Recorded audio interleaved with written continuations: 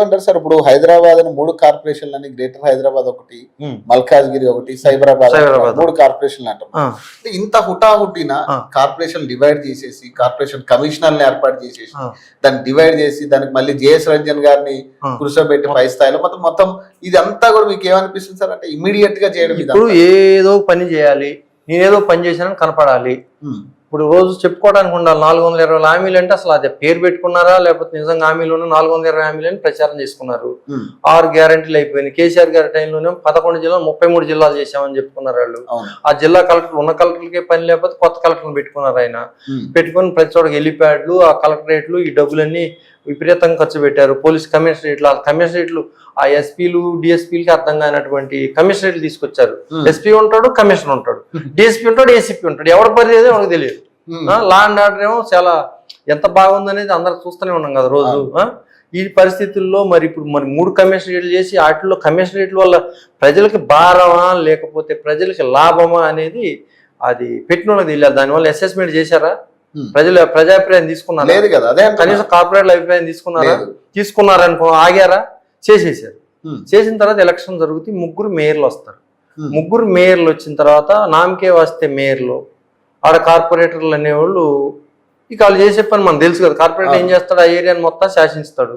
ఆ కన్స్ట్రక్షన్ వాళ్ళను ఇంకోహను వాళ్ళు కానీ వాళ్ళు చేసుకుంటారు. ఇక్కడ మరి ప్రభుత్వానికి, రాష్ట్ర ప్రభుత్వానికి రెవెన్యూ జనరేట్ అవ్వాలి. జనరేట్ అవుతుందా? రాష్ట్ర ప్రభుత్వం జనరేట్ అయితే నేను చెప్తున్నా కదా, రాష్ట్ర ప్రభుత్వం స్ట్రాంగ్ గా ఉంటేనే ఏ వ్యవస్థలైనా నడుస్తాయి. కోఆపరేటివ్ వ్యవస్థ కానీ, లోకల్ బాడీస్ కానీ ఏదైనా నడవాలంటే రాష్ట్ర ప్రభుత్వం బలం. 3 కార్పొరేషన్ల నీడ్ ఉందా ఇప్పుడు?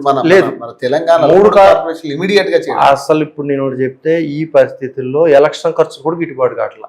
ఎలక్షన్ 100 కోట్లు ఖర్చు పెడితే తప్పదు కాబట్టి పెట్టాలి, మ్యాండేటరీ కాబట్టి. కానీ ఆ 100 కోట్ల రెవెన్యూ కూడా రాదు ఇట్ల నుంచి. డబ్బు రావాలి కదా.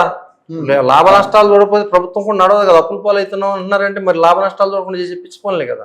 ఇప్పుడు నీకేంటి ఇక్కడ ఇప్పుడు 3 ఆఫీసులు కట్టాలి, 3 స్టాఫింగ్, 3 మేయర్లకి జీతాలు, ఖర్చు పెరుగుతుంది. ఆదాయం అదే ఆదాయం శూన్యం. హెచ్ఎండి అప్పుల్లోనే ఉంది, జిహెచ్ఎంసీ అప్పుల్లో ఉన్నాయి. ఈడదీస్తే ఇప్పుడు 3 అప్పులు పంచుకుంటారా, ఆస్తులు పంచుకుంటారా? ఒక ఏరియా ఫెచ్చింగ్ కావచ్చు, ఒకళ్ళు సైబరాబాద్ చేసా సైబర్ ఆదాయం ఎక్కువ కాబట్టి వాళ్ళకి ఏమైనా ఎక్కువ ఉండొచ్చు. కానీ ఇప్పుడైతే ఉండదు, ఫ్యూచర్లో ఉండొచ్చు. ఆ ఉన్న రాష్ట్ర ప్రభుత్వానికి వచ్చే నష్టమే తప్ప లాభం లేదు. ఇప్పుడు 4,000-5,000 కోట్లు జిహెచ్ఎంసీ అప్పులు ఉన్నాయి. అప్పులు జిహెచ్ఎంసీ కట్టలేక ఇప్పుడు 3 ఎడదీశారు. వాళ్ళు ఇంకా అప్పులు పెరుగుతుంటాయి. ఈ రాష్ట్ర ప్రభుత్వం ఎక్కడ తెచ్చి కడద్ది? ఏ ఫండ్స్ తెచ్చి కడద్ది? ఇప్పుడు ఉన్న ఖర్చులే తట్టుకోలేక వస్తుంటే ఇప్పుడు 4,000 కోట్లు 5,000 ఎంత ఏంటంటే ఒక చేశామని చెప్పి పరిపాలనా సౌలభ్యం